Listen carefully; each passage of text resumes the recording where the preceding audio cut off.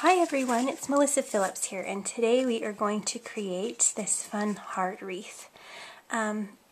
This is a technique that I've seen done with circle dies, but I've never tried for myself, and it's nothing new, but something, like I said, that I had wanted to try and hadn't. So, this is just the negative of a die left from this card that I made not too long ago.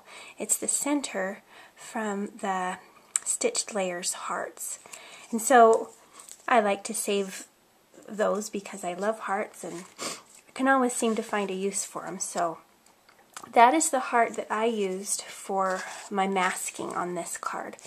Any heart shape die will do. And I'm also hoping that you'll try and think of other shapes, stars, circles, of course, squares. I'm going to try a star next because I'm kind of curious as to how that will turn out. But that's all you've got to do to start with, and then pick your colors. So we will get going. I'm just going to put a little bit of washi tape on the back of my heart and then adhere it right where I want it. Washi tape is really good to use because it won't cause any tearing when you take your die off, and that's what we want here.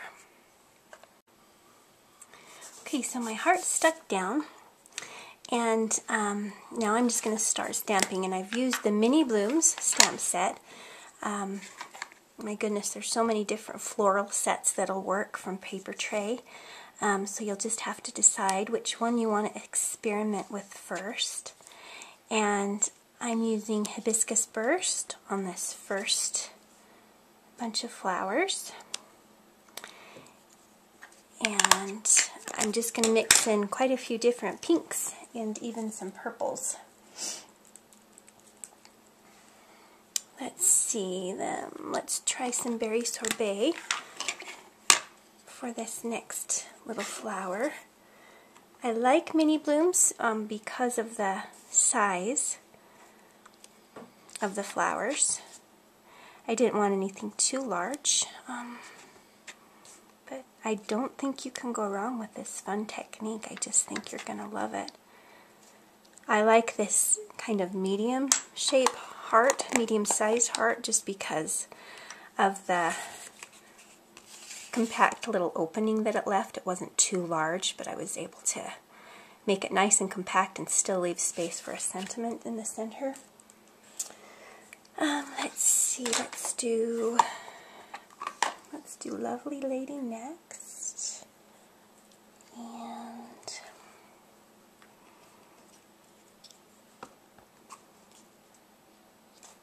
just start building and building. It's kind of hard to understand what this little thing is going to look like as you're stamping, but I was unsure of it myself until I took the masked heart portion off, and I loved it. I loved it. So now I got to try more. Okay, that was Lovely Lady. Let's move on to Lilac Grace, one of my new favorite colors. And this is a little bit larger flower.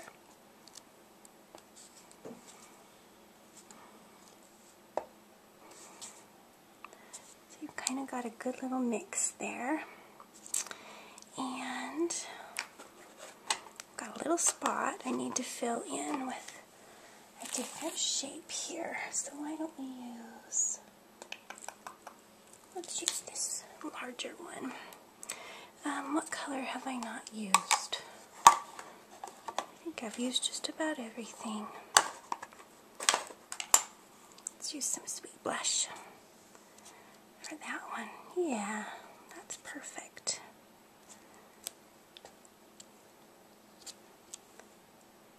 Okay, I might even do one right up there. Alright, now, want to take a peek? Let's take a peek. I can't wait to see how it looks. So just gently tear off your heart. There you have, isn't that pretty? But we are not done. We're done with this masked heart portion, but now we're going to add some leaves and kind of just make our wreath bigger and more full. So I've used the Fancy Foliage stamp set for that. You could leave your heart on if you wanted to be extra careful, not cross over into the white area that you masked off, but I like to see how it's going to look with these leaves stamped on. So I'm just going to be careful and not cross over into that white area. And I'm just going to kind of go around and fill in some of those empty spaces with those delicate little leaf images and make my wreath nice and full. This is mint julep that I'm using here, and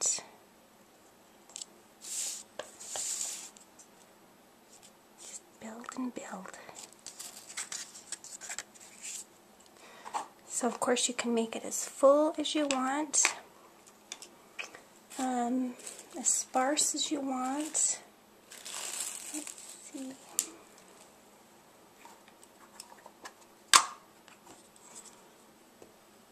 Even add this cute little rosebud image.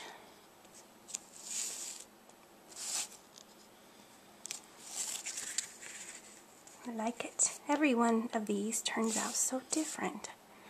That's so fun.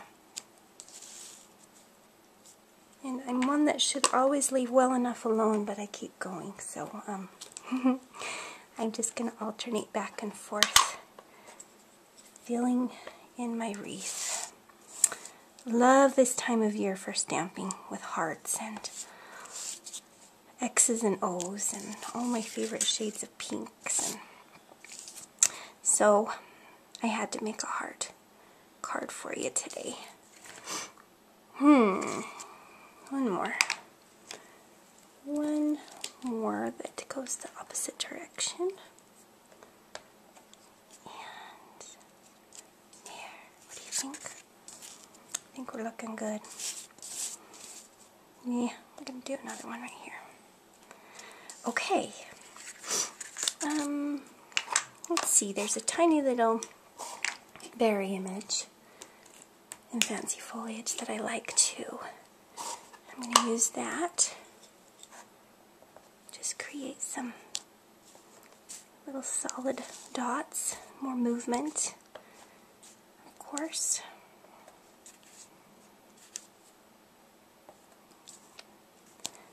Okay.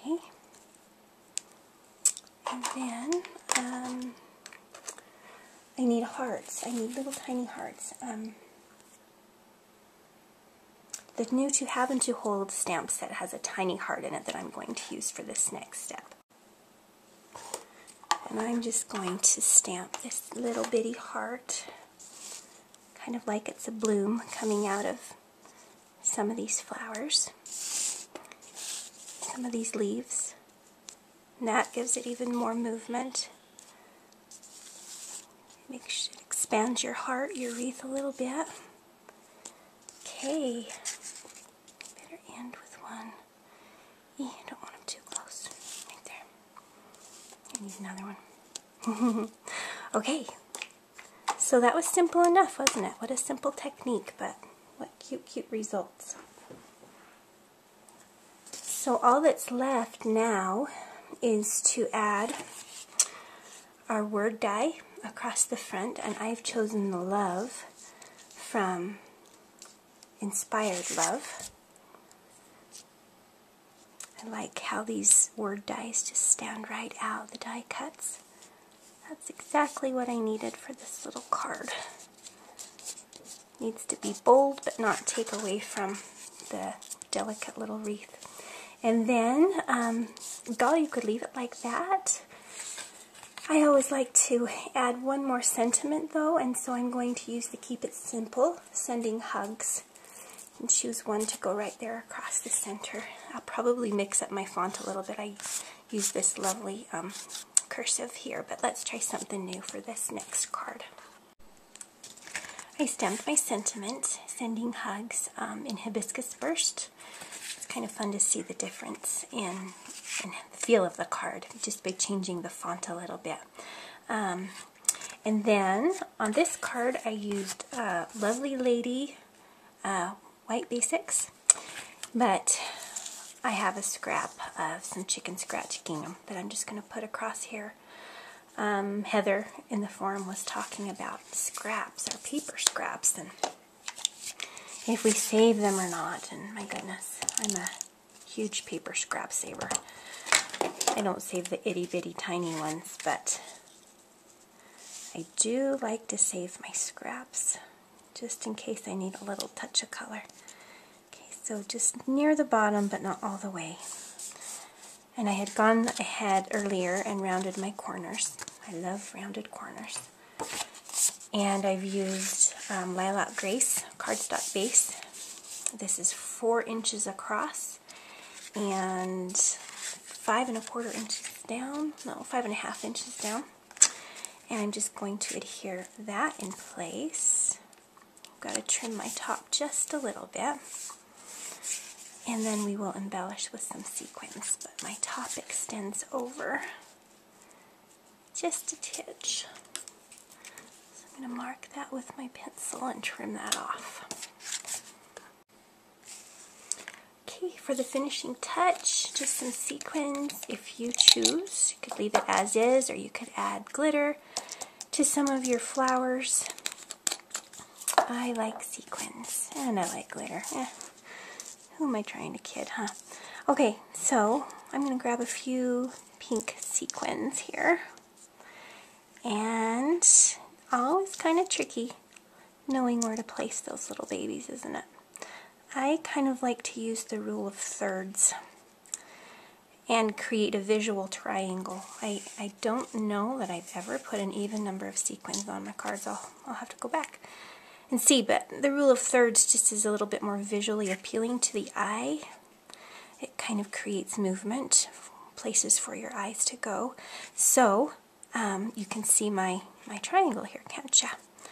And I'll go ahead and adhere those in place, and we are done. So remind me that I want to do a star if you don't see one on my blog. I think I've got some time this afternoon though to try a star with this same masking technique. Really fun and simple, and you can bust these out, several of them in an afternoon, and pop them in the mail for somebody that needs an extra hug. So, can't wait to see what you create, and I sure appreciate you stopping by, and happy Monday. Have a great week.